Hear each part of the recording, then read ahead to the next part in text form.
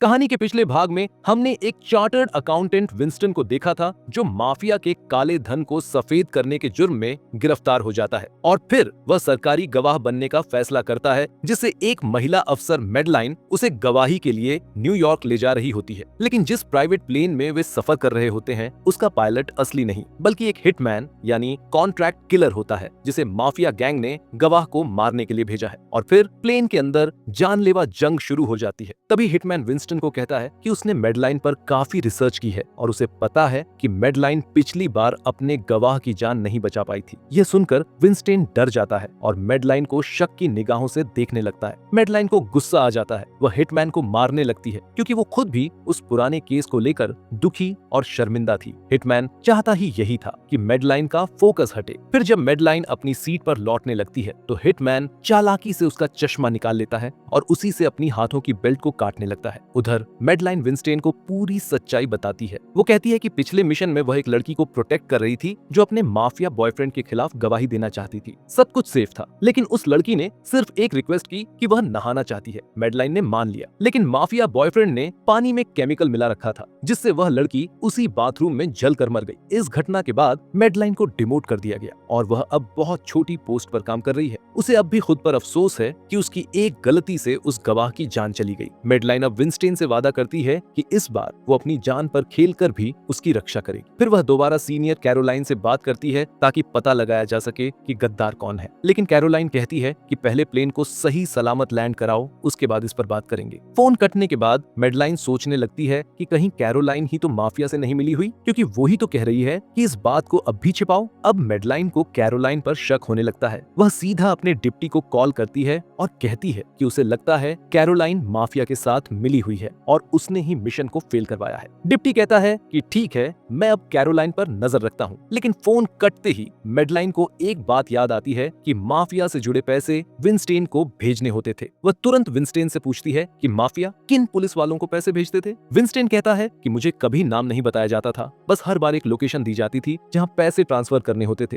तभी मेडलाइन को झटका लगता है क्योंकि वह लोकेशन तो उसके डिप्टी की थी। अब उसे समझ आ जाता है कि वह बहुत बड़ी गलती कर चुकी है, क्योंकि गद्दार उसकी सीनियर कैरोलाइन नहीं बल्कि उसका डिप्टी है। वह तुरंत कैरोलाइन को कॉल करती है और कहती है, माफ करना, मुझसे बहुत बड़ी गलती हो गई। मैंने तुम पर शक किया, जबकि असली गद्दार तो हमारा डिप्टी निकला है। वही माफिया से मिला हुआ है और वही हमारे मिशन को फेल करने की कोशिश कर रहा है। अब मेडलाइन को ये अंदेशा हो जाता है कि उसका डिप्टी ही असली गद्दार है और अब वह कैरोलाइन को भी मार देता है ताकि सच्चाई किसी को न पता चले। फिर वह सोचता है कि जैसे ही मौका मिलेगा वह मेडलाइन को भी मार देगा और खुद को बचा लेगा। इसलिए मेडलाइन को अब बहुत सतर्क रहना पड़ता है। उसी समय मेडलाइन की नजर सामने एक उल्टी हुई शिप पर पड़ती है। इससे उन्हें अंदाजा लग जाता है कि वे अब कहाँ हैं। वह तुरंत पायलट को कॉल करती है और सब बताती है। पायलट उस शिप की लोकेशन देखकर उनकी सही पोजीशन निकाल लेता है और बताता है कि अगर वे बाईं ओर मुड़े तो करीब 30 मिनट बाद न्यूयॉर्क के रनवे पर पहुंच सकते हैं। ऐसा मेडलाइन और विंस्टन बहुत खुश हो जाते हैं, लेकिन तभी पीछे से हिटमैन, जिसने खुद को आजाद कर लिया था, विंस्टन पर चाकू से हमला कर देता है। फिर वह मेडलाइन का गला उसी सीट बेल्ट से दबाने लगता है और वो मेडलाइन की गन भी छीन लेता है और कहता है, तुम लोग कितने बेवकूफ हो जो मुझे पीछे अकेला छोड़ा। लेकिन विंस्टन बहादुरी दिखाता है। वह अपने शरीर से चाकू निकालकर उसी बेल्ट को काट देता है जिससे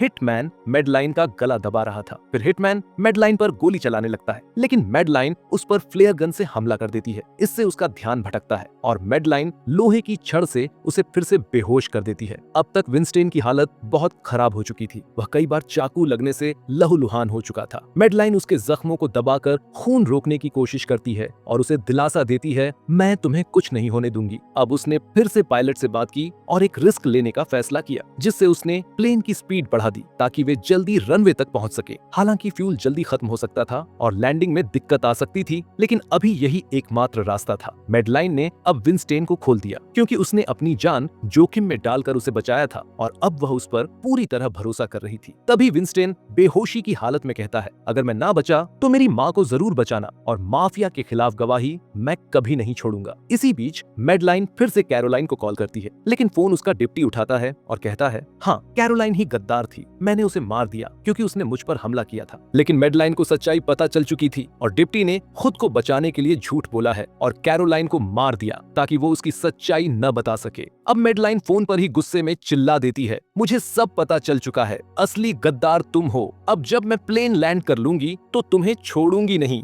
जिससे डिप्टी भी उसे धमकी देता है कि अगर तुम्हें अपनी जान प्यारी है तो इस राज को किसी को मत बताना, नहीं तो तुम्हारा हाल भी कैरोलाइन जैसा होगा। लेकिन अब मेडलाइन डरने वालों में से नहीं थी। वह कहती है, तुम्हें तुम्हारे गुनाहों की सजा मिलेगी, और फोन काट देती है। अब तक प्लेन के साइड में एक फाइटर जेट भी आ चुका था, ताकि अगर प्लेन किसी गलत दिशा में जाए तो उसे रोका जा सके। हिटमैन मेडलाइन को डराता है कि मुझे खोल दो, मैं प्लेन लैंड करवा सकता हूँ, नहीं तो फाइटर जेट हमें उड़ा देगा। लेकिन मेडलाइन अब किसी की नहीं सुनती, क्योंकि उसे रनवे दिख गया था और वह खुद लैंडिंग करने का फैसला करती है। तभी पीछे से हिटमैन फिर से हमला करने आता है, लेकिन इस बार मेडलाइन उसके पैरों पर गोली मार देती है ताकि वह दोबारा कुछ न कर सके। अब एक नई मुसीबत सामने आ जाती है। दरअसल प्लेन की स्पीड बढ़ाने से फ्यूल खत्म हो गया था। पायलट अब बताता है कि उसे मोशन लैंडिंग करनी होगी, यानी बिना इंजन की मदद से प्लेन को लुढ़का कर उतारना, जो और भी मुश्किल होता है। रनवे पर अब पुलिस और एम्बुलेंस तैयार खड़ी थी। जब प्लेन लैंड करता है तो उसकी स्पीड बहुत ज्यादा होती है,